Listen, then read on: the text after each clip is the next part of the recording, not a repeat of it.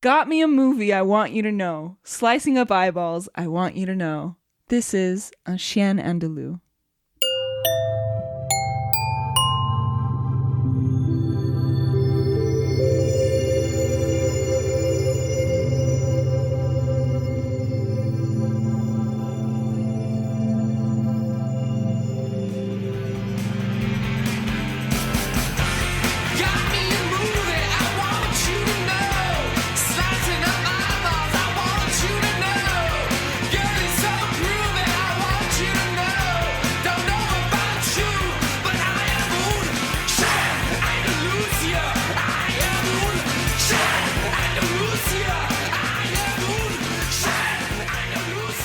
Hello, welcome to Seen and Heard. What you just heard was lyrics and song by Black Francis that was the Pixies performing Debaser, which is inspired by the film. An ode to this week's movie. It is all about Chien Andalou. Mm-hmm. In fact, I saw that song performed live in 2009. Wow. At the Fox Theater in Oakland, California. Is that in the Bay Area? It is in the Bay. I'm a huge Pixies fan. I had a huge Pixies period in my life where I was just, all I was listening to was the Pixies. That's nice. And it's one of the best shows I've ever been to. I got there super early and it was like, I was literally at the stage. Like my chest was on the stage. So they were like a few feet in front of me. How old were you? This was like 2009. So I was like 21. Made friends at the concert. I don't know why I pictured you like very young going to this concert. I'm older than you think. No, it was the 20th anniversary of their album Doolittle, from which the song opens that album. And they played the entire album from front to back. Okay. So welcome to Seen and Heard. This is the podcast where two entertainment assistants talk about the Sight and Sound Top 100 Greatest Films of All Time list. 2012 edition. 2012 edition. We do know that there will be a new list this year because there's one every 10 years. And when we come to that time later this year, we'll figure out what the format is going forward. But for now, we're sticking to the 2012 list. So this week's movie is Un Chien Andalou. It is number 93, and it is the 7th number 93 that we are doing. It's a 7 from the bottom. We've talked about this before, but basically a lot of movies on the bottom are tied because they all got an equal number of votes when they were calculating this list. Greg? Jackie? What have you been watching this week? Oh my God. Well, I've seen a lot because without saying too much about our recording process, it has been a number of weeks since we've actually recorded. Me too. I actually have seen a lot too. So let me just pick out some of the highlights here. I want to start with Red Rocket. I did see Red Rocket. I know you saw that a few months back and talked about it. I really, really loved it. Really? I really did. I thought it was hilarious. I'm a big Sean Baker fan. Me too. And this was really funny and really involving. And I love that all of his films are kind of like these perfect like ecosystems. Like everything, the way that he involves you in this world, everything is so specific. And I loved it, and I thought it was hilarious. And it's one of those movies. It is funny. It's his funniest movie. I think. It was. I laughed out loud a good number of times in this movie. Yeah, I really liked it. I thought it was sure. Florida Project is a little bit more kind of hefty, right?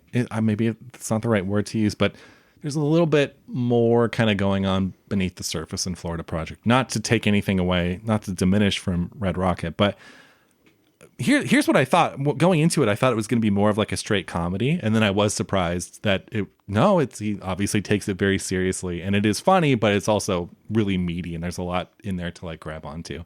Simon Rex gives a great performance. Agreed. Everyone around him, the woman that plays his ex-wife is like a theater actress. Yeah. She was great. The guy that plays the next door neighbor is great. God. The guy that plays the mother. What about the mother-in-law? Yeah. She was great. I really, really liked it. It's up there on my list. Again, I haven't seen that, I'm behind on sort of all the big awards movies of 2021, but it's up there. It's in my top 3 of 2021 and really, really liked it. I also saw Suddenly Last Summer, which is a Joseph Mankiewicz kind of Southern Gothic that we did for the Arroyo Film Club with Elizabeth Taylor and Montgomery Clift and Katharine Hepburn. And it's just a very bizarre melodrama. It's very, very bizarre. It just gets weirder and weirder as it goes along, and I loved it. Just really for that. I want to see it. It's fucking weird. And then I saw Power of the Dog. Finally. Yay! It's not that I didn't want to see it. I was just, it's just there's so many movies to catch up on, but finally made the time, sat down. I think in my head it was like a longer movie. I think I thought it was like a 3-hour movie, but it was only like 2 hours and 10 minutes or something. Like it wasn't some crazy amount. But yeah, it was amazing. I really, really loved it. I actually haven't seen that many of Jane Campion's films. Obviously, I've seen most of the big ones, and this reminded me a lot of The Piano, in the best way possible. Yeah. But yeah, I really liked it. It was beautifully done. Yeah. It creates this world that you can enter. It's very immersive. All the performances are really great.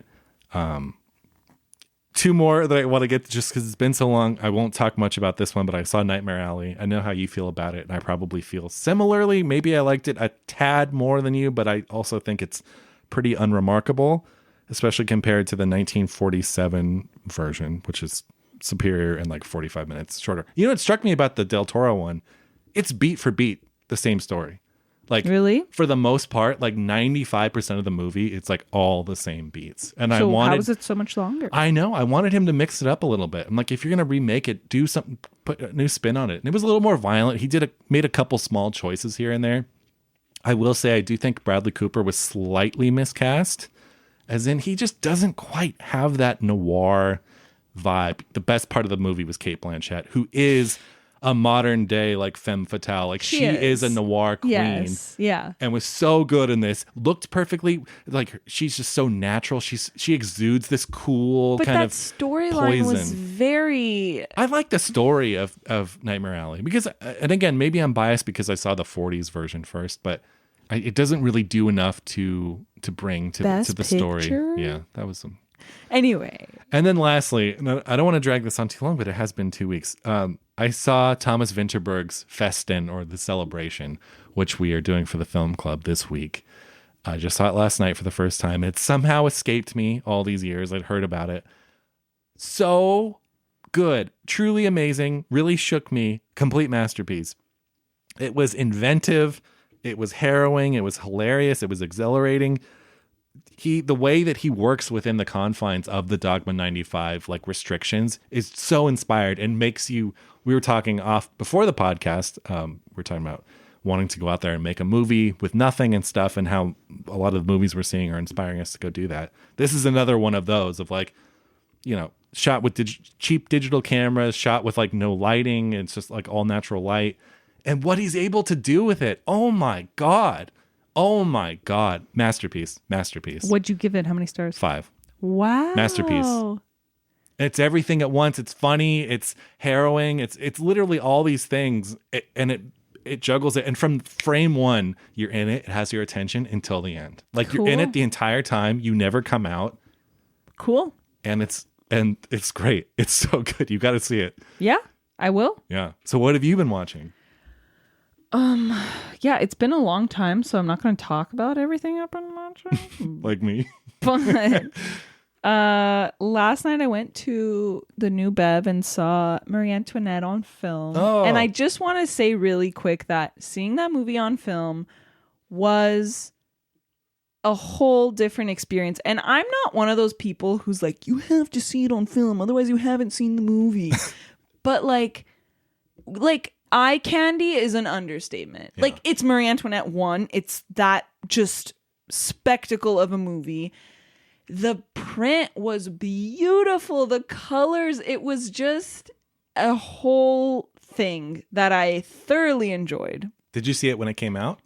No, I was a little young when it came out. I think I must have seen it. Like, when was it? Yeah. Oh, I guess it I was think like it came out in, 2006. 2006. Oh, okay. Yeah, I yeah. thought it was later. But like me and my mom love period pieces, and it was one of those that we watched when I was like kind of young-ish, and she was like, "This is weird," and I'm like, "Yeah, it is kind of weird, but strangely charming." Yeah. And then when I grew up a little bit and I rewatched it, I loved it. But anyway, I think it's an unsung. oh my god, it's one of my film. favorite movies. Yeah. Like truly, really one of my favorite movies. And it kind of hurt her career, which is crazy because I know, it's so but good. now everyone loves it. Yeah. Like that is just the curse of I don't know. Before its time, maybe. It was, yeah.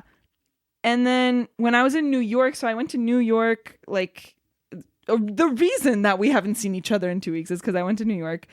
And while I was there, the first night that I was there, I got dinner with some friends, and then I went back to my hotel, but I was still on LA time, so I was really not tired. So I watched Chantal Ackerman's News from Home. Oh. And it was just perfect because the movie is just her shooting New York when she moved to New York. And it's just shots of New York, beautiful pictures of New York in the 70s while she's reading letters from her mom. She's just reading them over the images. And it's like, it was just, I felt, it was just perfect. Like my parents were bombarding me with texts saying like, "Are you home? Did you make it safe?" And she's reading a letter from her mom saying, "I hope you're living in a safe area in New York. We worry about you." Like it was just perfect, you know? I love that. Great movie. Yeah. Great movie. I love her. Yeah. And I'm really excited to see more because this is my first movie that I've seen from her. And Oh, okay. honestly, lovely. Yeah. In a word, lovely. Yeah.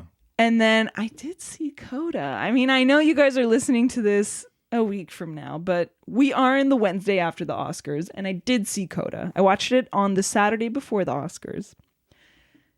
And yeah, I mean, it's Coda. It's Coda. I that's the thing. It's not a bad movie. It's really not. I just think that I don't even want to get into talking about it because first of all, I'm sick of talking about the Oscars. I really, really am. Me too. I really am. But what can we say? I mean, Coda, it's charming and it's sweet, but I don't know. I don't even want to talk about it because I feel bad. That's fine. Here's the thing about Coda. I don't even want to talk about it, honestly. That's okay. And it's not that I hated it because I really didn't. I just I didn't know that we were in this era now where like an upscale Disney Channel movie can win Best Picture. I just didn't know that we were doing that. You went there, not me. Now I know. I haven't seen it. For the record, I haven't seen it. It's not bad. It's really not bad. It's just not what I have grown up. And I'm not saying this is a good thing. I'm not saying this is like we should have an unchanging attitude about what Best Picture is. It's just like we're on a downward spiral and I don't know. Just as a quick before we get into this week's movie, both Jackie and I would just like to give a shout out to a friend of the podcast and a member of the Royal Film Club, Aaron. Yay! Who just Aaron! had, with his wife, they just had their first child. So congrats, Aaron. Yay, Aaron. He's one of our most loyal listeners. Yes. We love you, Aaron. Shall we get into it?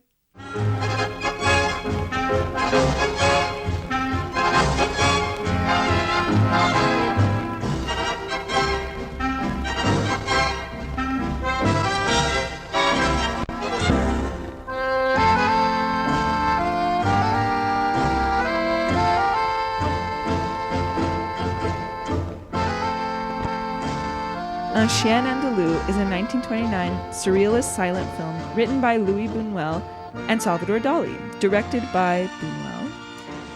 The title in English is An Andalusian Dog, and it comes from a Spanish saying that when an Andalusian dog howls, someone has died. I don't know if you knew that, Greg. Yes, I did.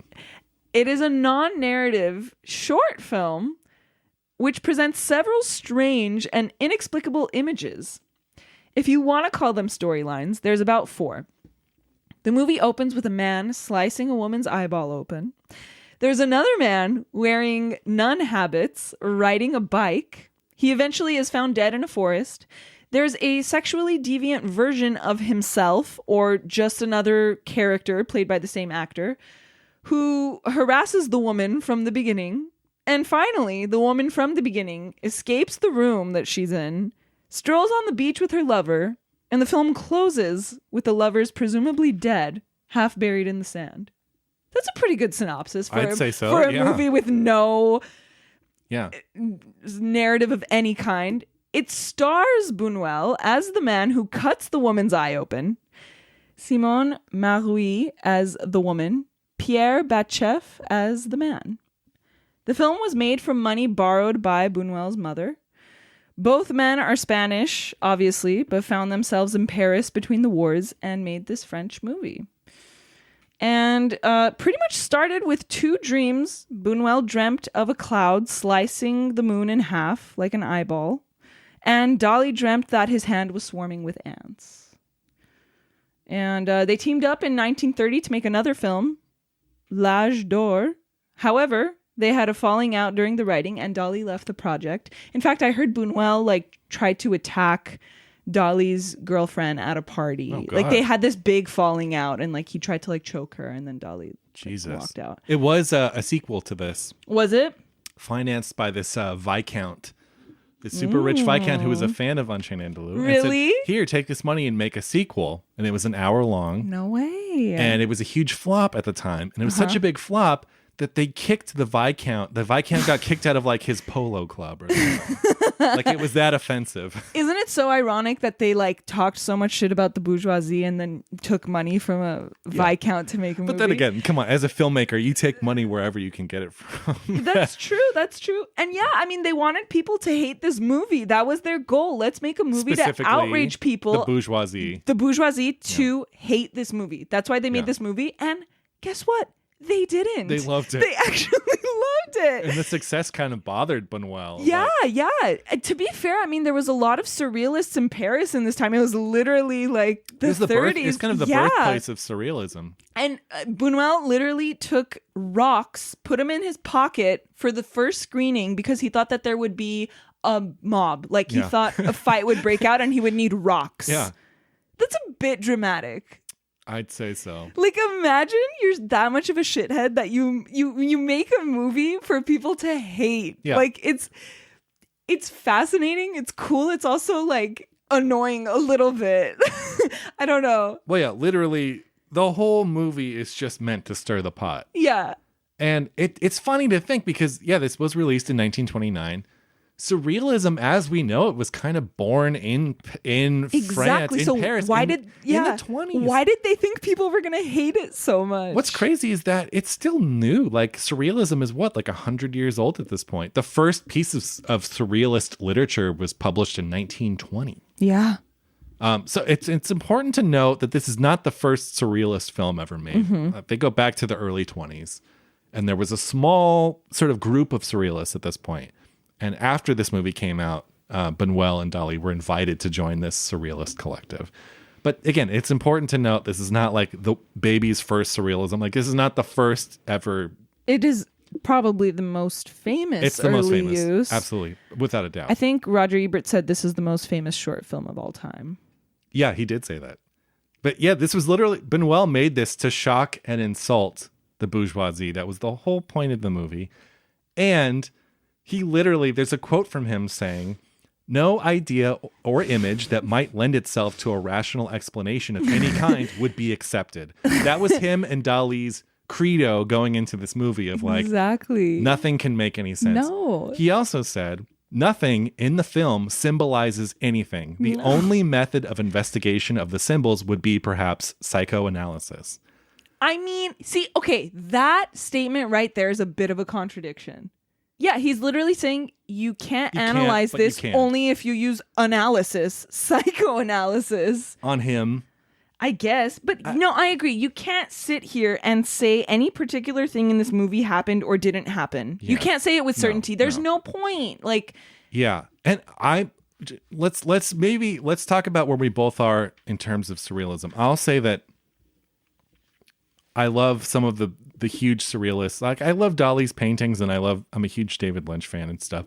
I'm not like a surrealist junkie. Like it has to be it's a certain brand of surrealism that I love. And I do love the way that Lynch often kind of grounds it. So yeah, I mean, I like it. I'm open to it, but I don't necessarily enjoy just watching purely surrealist stuff. What about you? Yeah? No, same. Yeah, and I don't even like David Lynch as much as you do. I know. I like him. Don't get me wrong. But no. Here's my thing. I know I watched it, and here's like my initial thought. Right? Yeah. Let's do initial thoughts. It didn't shock me too much, and that's just because, listen, I'm a 2022. I'm living in 2022. I mean, you obviously have to take into account that we're watching this in an age where we have seen everything at this point. Yes. Like, so what would I be very shocked and blown away? Obviously, if I saw it in 1929, yeah, I mean, totally. But you have to look at it through the lens of time and. Like, for example, like that androgynous person in the street, like I'm sure like that was really fascinating to see back then. And like, but obviously we live in an age where it's widely accepted and, so it's like, you have to look at it like that, but also I liked it. Yeah. And I like how ballsy it is. And I like thinking about how much it probably shocked people. I mean, it didn't shock them into anger as they thought it would, but still shocking nonetheless. Yeah. I like the idea of someone kind of growing up in a bourgeois society that then comes of age and it's like, no, fuck you guys. It literally makes a movie as like a bullet, as like a bomb. That's what drives me crazy. It's like, how do you make a movie wanting people to hate I get it though. I get it. It's like Gaspar Noé or something. I guess. I get the drive to want to do something, or like John Waters. I get that like want to do that. But yeah, I mean, this is I also love like setup and confusion. Yeah. That's like just something I like in a lot of movies, like just feeling the need to not wrap up something that you set up. Yeah. If it's done right. Yeah. And obviously this movie, I mean, there's a whole movie. There's really no trace of any like traditional narrative here. I mean, it's literally sort of a series of images. And in fact, I'm one of those people, and I know we've kind of touched on this in the past on the podcast. Jackie, you're more of a person who likes to roll up your sleeves and get dirty and really get into some of the sort of minutia of movies. Of like, what does this mean? Yeah. What is guilty symbolism and stuff? No. It's perfectly. Maybe I should be more that way, but I'm not really by nature. And one of the reasons I do love some of the surrealism I do like Lynch is that it's an emotional thing. It's not like an intellectual thing. Mm-hmm. Because in general, I like emotional movies over intellectual movies, like 10 times out of 10. And this kind of feels slightly more intellectual surrealism than emotional surrealism. Right. So yeah, I mean, I saw this in film school. Initial thoughts for me, I saw this in film school. I saw this in high school in our film program, like junior year of high school. Our teacher showed it to us. And the whole class was talking about it because, no one had really seen anything like this. And at that point, and most of us probably had never seen a silent film before. This might have been the first silent film I'd ever seen. This is 15 minutes. Yeah. And I mean, of course, it's like very striking. And of course, a lot of the imagery stuck with me. And of course, there's the eyeball. Of course, there's the ants in the hand. Like, there's all that stuff. There's the dead donkeys on the pianos. And okay, that actually was. I was like, when that shit happens, that's when I was like, okay, yeah. But yeah, that was the most shocking to me. Those donkeys and a piano. I think the fact that they were in a piano was the weirdest to me. Was it? Yeah, not so much that they were dead. Just luckily, we don't see them die. They could have gotten them they could have already been dead. That's what I'd like to think, is that they were already dead. Highly doubtful. But we're getting back to Tuki Buki now. We're getting back to Tuki Buki. But. So yeah, okay. So you said what did you say? Something about this is more intellectual surrealism. Well, sort of. So yeah, okay. Yeah. So let me just read, and this is I know guilty truly, but let me just read something that I read when I was doing my research. This woman named Sabina Stent, she has a PhD in something. She's a doctor. She's a doctor, Dr. Stent. Yeah. she had this article on silentlondon.uk. It's a website. It's about silent film. And it's basically just saying like the theoretical, the Freud of it all. Sure. You know, there's a lot of it. This movie is basically about id and ego, Yes, right? absolutely. If you had to say this movie is about anything, it's about this suppressed violence of humans and Freud. Yeah. So she said, basically, she talks about human hands as a recurring motif in surrealism. I don't know if you've noticed this. I haven't, but this smart lady was telling me so. And and she said that comes from like, it's purely a fetish, and fetish equals fear of castration. If you're thinking like in a psychological way, in a Freudian way, castration of that body part. So whatever you have a fetish for, it comes from a fear of castration of that thing. And there's a severed hand in the street. Right. And there's his hand being smashed in the door. So it's like, I don't know. I thought that was kind Sure. of Yeah, I didn't even think about that. Yeah, and then of course there's those priests that are being dragged with the piano. Those one of which two was guys. Dalí. Who is it? Yeah, one is Oh Dalí. my God. And obviously this is when the man is like presumably gonna rape the woman, but he picks up these two ropes and he's pulling them. And there's first of all tablets that look like the 10 Commandments. Mm-hmm. I think they are supposed to be Two the 10 Commandments, priests and two pianos that have dead donkeys in them. Yeah. And he's pulling them and it's like, okay, that's obviously like his, like what's holding him back, right, from being violent and, you know, like his consciousness, his conscious and, you know, death and sexuality, which Buñuel was fascinated with. And I don't know. Here's the only theory, and this is not even a theory. This is just me trying to carve out a little bit of narrative because that's just how my brain works. Yeah, yeah. I think you can conceivably hypothesize from the bicycle ride to falling to his death in the forest and that investigation of people coming to like Beautiful find scene. the body, right? I think that you can kind of say that that's probably everything that happens from that bicycle to him falling to his death. It's the last thing he's seeing before he's dying, right? Yeah. You could think of it like that. I could see that. I'm not saying it is for sure. It's just one way to look at it. This weird kind of fever dream of everything. He kind of sees his life flash before his eyes 16 years earlier.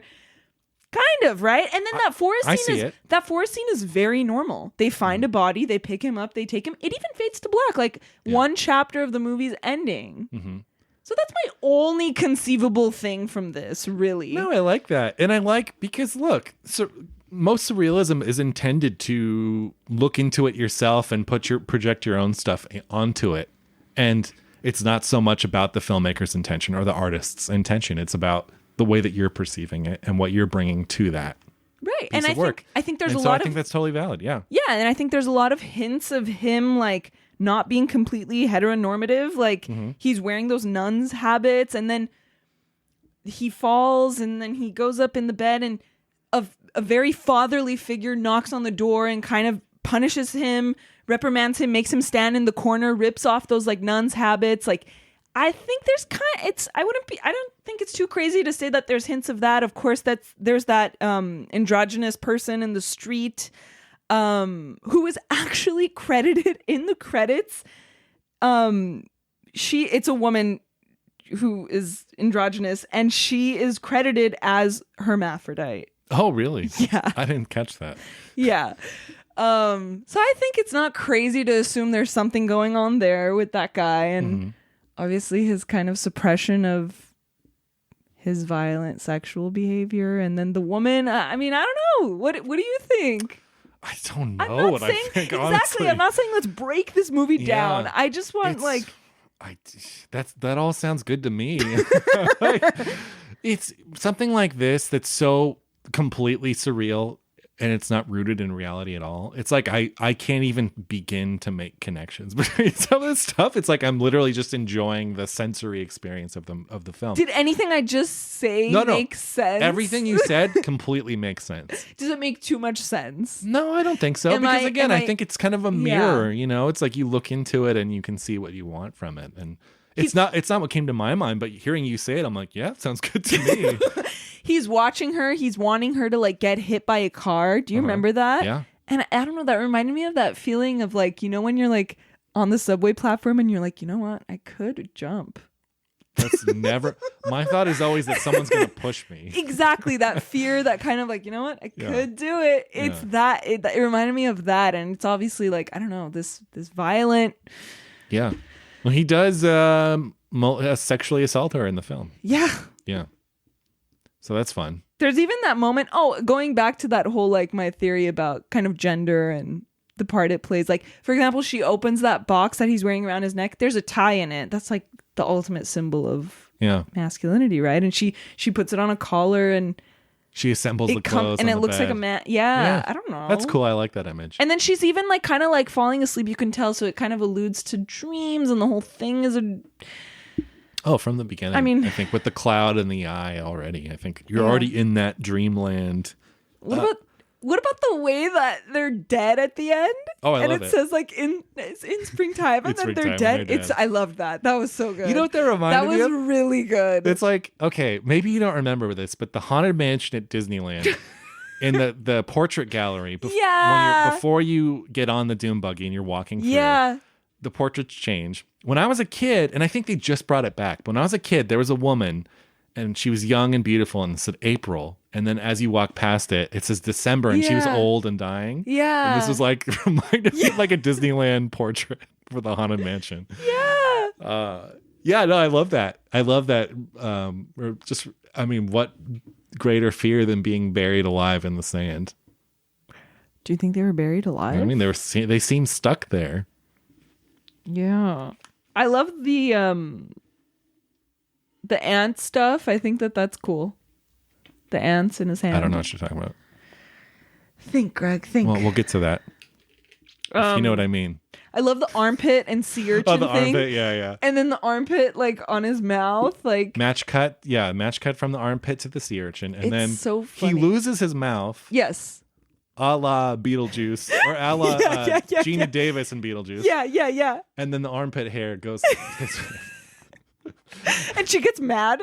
Like she's mad at him. It's so funny. I found a Grade Saver article about this movie that completely breaks it down. Like, oh really? If you thought I just like I'm sure some theories, this was like really too much. And about that, you know what they said? What? And it's not a bad idea. It's just like, how can you sit there on Grade Saver and say this is what this means? Wait, what's Grade Saver? It's like Spark Notes. Oh, okay.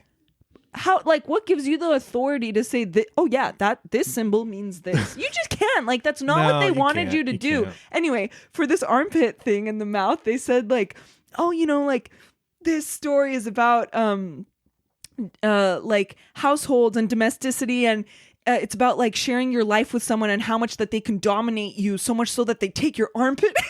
Like, that seems a little ridiculous. Wild, like how your lives mesh when you live with someone, and like they so much so that they steal your body. Oh boy! If that's what living with someone means, you can count me out. I mean, it's better than laser hair removal. Yeah, that's true. But then this guy permanently has it on his mouth. It's fun. Okay, well, speaking of symbolism and stuff. So even though they said, Buñuel and Dalí said, nothing is supposed to make sense in this movie. Except psychoanalysis, which is everything. So it is a little confusing in itself. But so the donkeys are a direct reference to something. Did you know this? Did you hear about this? No. So they're a reference to a children's book called Platero y Yo, which was published in 1914 by Juan Ramon Jimenez. Mm-hmm. And the book, it's a children's book about the relationship between a man and his only friend, which is a donkey and a symbol of purity. Aww. And Buñuel and Dalí hated that book. And so they literally, the two donkeys in this, the dead donkeys, were a reference to that book. So sad. Donkeys deserve better. Can I just say, talk about for the record, Alhazard Balthazar? Yeah. One of the great movie heroes ever is a donkey. I haven't seen it yet. I find that really weird, Greg. I know. It's, well, I need to do it. It's just that, I have a very soft spot for donkeys. I don't know why. What about the donkey on Pirates of the Caribbean at Disney? Yeah, I love him. They're so cute, and they're just like big dogs, kind of. They're smart. They're not stupid. Donkeys are smart animals. Yeah. And they're so affectionate. I love them. Yeah, I do too. I don't know why people are called ass. I know. So do you know the original ending for this was supposed to be, instead of being buried in the sand the way they were supposed to be consumed by a swarm of flies. But that would have been scarier. It was going to be too costly, so they were like, okay, we'll just bury him in the sand. But they look like mannequins. They don't even look like... That's kind of... I kind of like that, though. It was creepy. Yeah. It was weird. Yeah. There's something not quite real about it. Exactly. It's like Uncanny Valley. It's like that Twilight Zone episode with the mannequins that come to life. You seen that? I don't think I've seen that one. Oh, that's good. Let's talk about the music really quick. Oh, yeah. So it's a couple like tangos, and then it's Wagner. Yeah.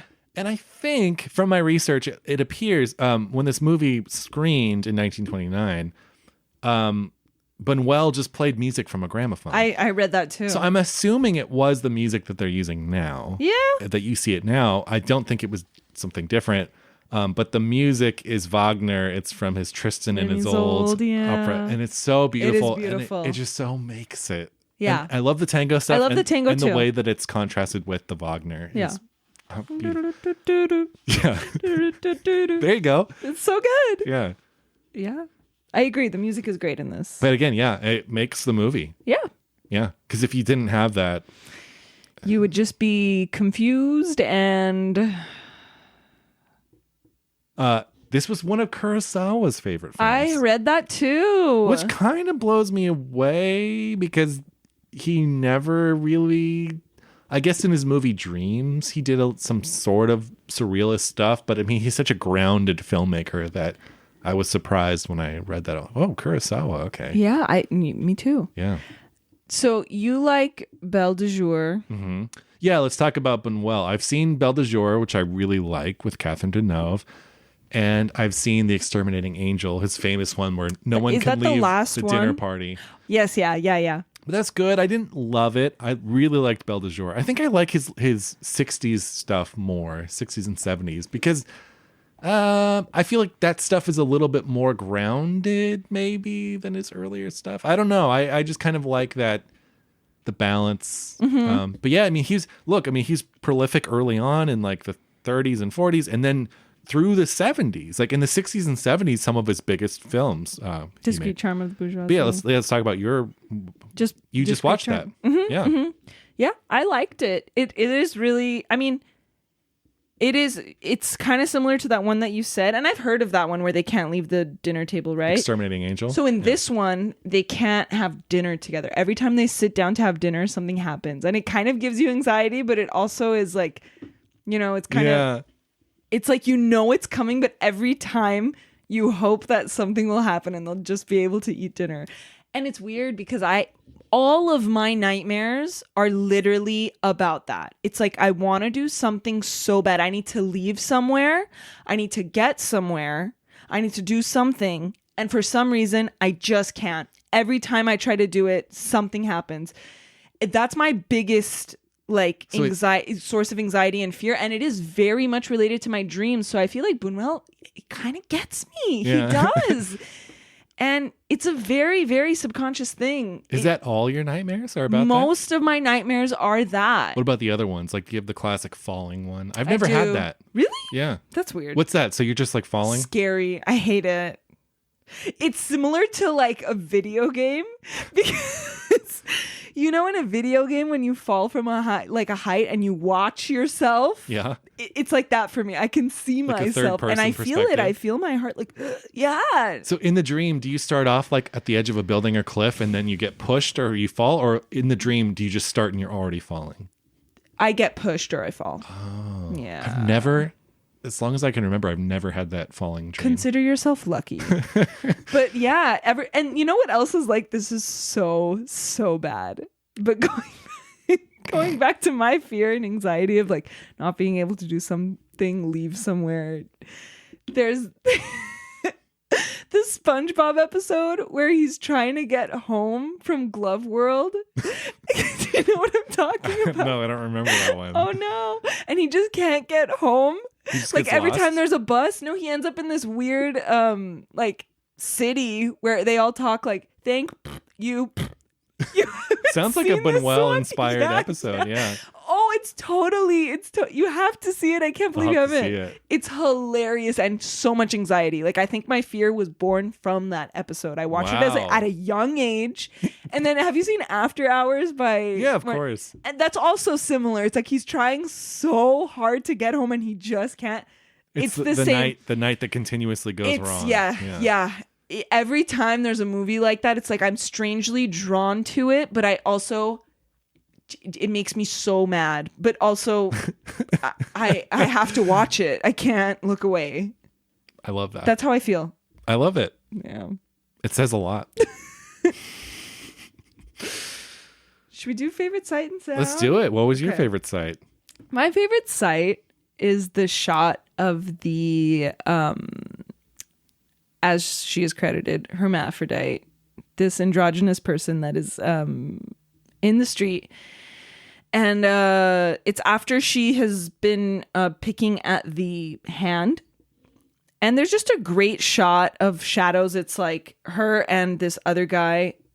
And it's just like the shadow just looks really beautiful. Yeah. It's very Peter Pan. Like it is. Oh, okay. It is very shadowy Peter Pan-y, which I love. Yeah. What's your favorite? I'm going to go cheap with this one. Ants. It's the ants. Because it's such a good shot. I think it's way more striking than the eyeball. And how did they do it, honestly? It's a statuette hand. It's a fake hand with a hole in it. Oh, it is? Yeah. Okay. And there's a couple shots where he's moving his hand. They just put the ants on it. But anytime you see that hole... But there's a hole. Anytime you see the hole, it's like a fake hand. But he's moving it with the hole at some point. Are you sure? I don't know about that. Yeah, it's a great Dalí image. Yeah. And... there's something kind of Christ and like crucifixion about it, right? Like stigmata or something. I don't know. Definitely. Not that I want to read too much into the image. It's just a cool image. Why? It's fine. You a can hand read with a into hole the in image. it with ants crawling out of it. It is a cool image. I remember when I saw it in high school. That was like the image of the movie. It wasn't the eyeball. It was you know what it is about the eyeball? When I saw it, I realized I was like, that looks like a very hairy man's face. It's an animal. Yeah. It's a calf. Yeah, it's a calf. But it looks wrong. It looks weird. Yeah. Well, this is, there's made for a small amount of money. I know, but it's like 100 years ago. It's supposed to be a woman, and it's like a hairy beast. I know. They bleached the calf. What do you mean? Like, so it looked white, so it looked like white. A person. Kind of, it's a little suspicious there.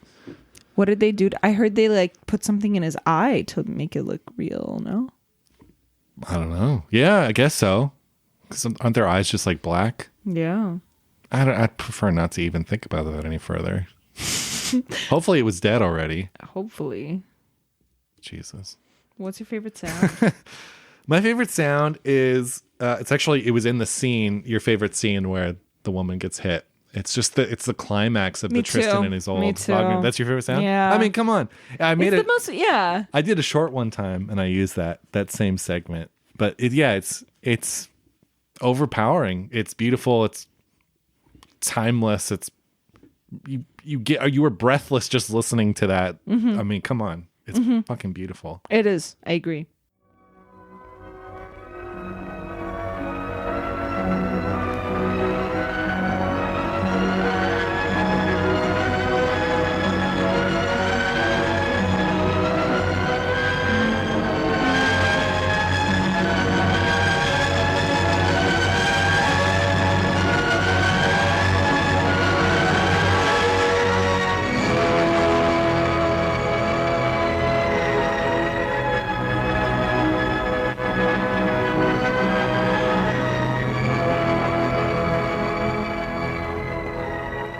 This is also in Melancholia. It is really overwhelming. Yeah, it's beautiful. I mean, that's what music was made for, right? Yeah, yeah.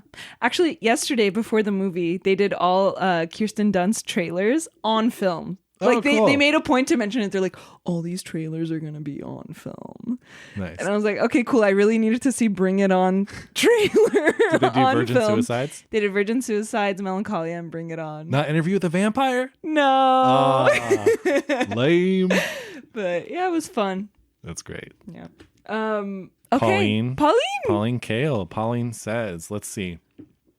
So as far as I could tell, Pauline didn't fully review this movie. It was in an article that she did in 1969 just about Buñuel's movies in general. So there's just a little snippet about Un Chien Andalou. So she says, even if you're prepared for the famous shock image of the sliced eye, Luis Buñuel's and Salvador Dali's short film has the hallucinatory and incendiary effect that they sought. Some of the images have great poetic force, and at times they have an erotic humor. Erotic humor. That one has difficulty explaining, even to oneself. Mm-hmm. So that's the quote. Short, sweet, and to the point. Yeah. So, she was titillated by the by the film. Okay, Letterboxd was great for this movie. Yeah. I have so many and I can't even choose. Okay, 3.5 stars. Buñuel. These images don't mean anything. My film lecturer. So, what do these images mean? Question mark, question mark, question mark. Because it's true. It's like, okay, if they really didn't want you to analyze it, should we be assigning this in film class for analysis? Yeah, I mean, it's more just like a historical document in cinema, right? I think so. That's what I kind of see it as. I have a 0.5-star review here that says, the only good thing to come from this film was Debaser by the Pixies. Someone just hearted it and said, there isn't even a fucking dog in this. Yeah, I saw a lot with that. No dog, no dog. Someone gave it 0.5 star and said, I hate this fucking class. Which I imagine, again, most people probably see this in class. Yeah. This is a film school movie. Yeah. Or even not even probably film school. Like maybe some English classes probably might show this, or like psych classes. Yeah. Art classes. Exactly. Yeah. Because it kind of transcends. Yeah. No stars on this one. What it feels like to chew 5 gum. What? Oh my god. Is that the one with the commercials where like, yes, it's like super intense. This guy's like getting blasted with like citrus? Yeah. He's jumping off a waterfall. I just remember there's one, he's in this huge dome and all this citrus gets blasted at him and chopped up and he's just like sprayed with like citrus water. It's so funny. Someone gave it 1 star and said, pretentious wank for pretentious wankers. 4 stars. When the moon slices your eye like a big pizza pie, that's amore. Someone gave it 2 stars and said, thanks, I hated it. I wanted to vomit after watching this. Another 4-star review. A cautionary tale about the dangers of stealing armpit hair. Oh my god. Oh my god. Okay. I forgot to mention this earlier, but this review says the moth from Silence of the Lambs made a cameo appearance in I saw that. And I did the second I saw that moth, I'm like, oh my god, Silence of the Lambs. Yeah, it's probably a little callback to this. Oh yeah. What is it? And I even wrote down the kind of moth's name. Are you ready? Yeah. Death's head moth. Yeah, because it's a skull. Creepy. Yeah, skull design. And it's like kind of an omen, right? She sees that moth and then she dies. Yeah. And then the bruh. I thought the moth turned into the bruh. The bruh? You know, the guy. Does he? I don't remember. Because she sees the moth on the wall and then it kind of disappears and then he's there. Oh, really? The bruh. The bruh. 3.5 stars. So this is how a movie of my taste was looking like in 1929. I understand absolutely nothing, but it's still mesmerizing me. Yeah. I like that. Someone gave it, okay, this is a 4.5 star review. That's really high. Un Chien Andalou runs at just 21 minutes and is still able to evoke more feeling than the vast majority of feature-length films. Interesting. I wouldn't say that. I mean, it depends. What if someone is really like surrealism is their thing? Then this movie's probably really high up there for them. Yeah. No, I mean, this is a huge work. This is a huge work, not just in surrealism, but film. And yeah, I guess if surrealism is your life, then this is a church. Last one. Just gave it a heart and said, truly a comfort film. Yes, it is. All I wanted while I was watching this was to make a big bowl of stew and just be nice and cozy. I've been finding myself getting so hungry while watching movies. Really? Like during food scenes or just in general? Food scenes. So like I watched Discreet Charm and it's like there's all these opportunities where they're almost about to eat and there's food on the table and I'm just like, fucking eat it. Like, oh my come God. on. I know that. So when I was a kid, in the first Home Alone movie, the big night when the burglars, he has all the booby traps set up and everything. Harry and Marv are coming. He makes this big macaroni and cheese dinner for himself in the microwave. And he's literally about to take a bite. And then the clock strikes whatever. And he gets up and leaves. Yeah. And as a kid, it always bothered me that he left this like macaroni and cheese. So when I was older, my friends and I watched that movie. And before we went and got like Kraft macaroni and cheese. And then at that scene, we just ate the mac and cheese. Perfect. I love that. Yeah. Yeah. But no, I know what you mean when people aren't able to eat. But yeah, so many movies make food look so good. Even when you don't see the food and someone's just like chewing. I mean, I just saw Marie Antoinette last night. Oh, there's the whole sequence. Yeah, the pastries. Yeah. Like, great. So good. I know. Well, this has been fun. It was fun. Yeah. And not as short as we thought it was going to be a really short episode because it's a short movie, but it just goes to show if a movie's interesting, you can talk about it. Yeah. It doesn't matter how long it is. It's true.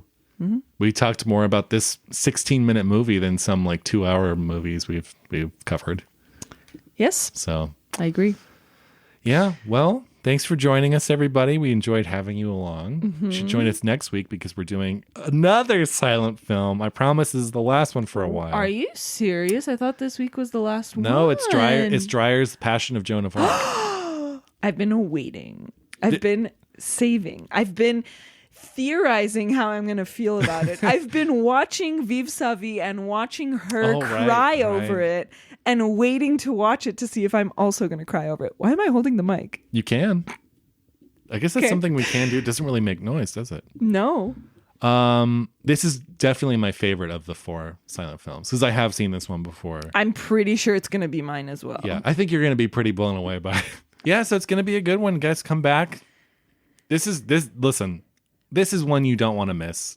This is a landmark movie. I'd say almost the most stunning and important movie of the 4 silent films that we've done so far. So, well, in this run, because we also did Sunrise. But I'd say that this is like... Do you think we'll ever have a streak like this again where we do... Probably not. 4 in a row? I don't think so. I will say this for those listening. If you are not a silent film person or you haven't seen many silent films, well, you're listening to this episode, which was a silent film. This is one you can start with. This is a film for people who don't like silent films. I think it's a great intro because it just completely blows you away and so visceral and gripping and stuff. So absolutely recommend.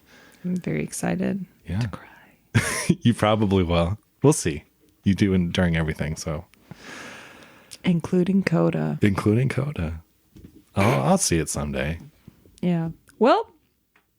Until next time. See you. See ya.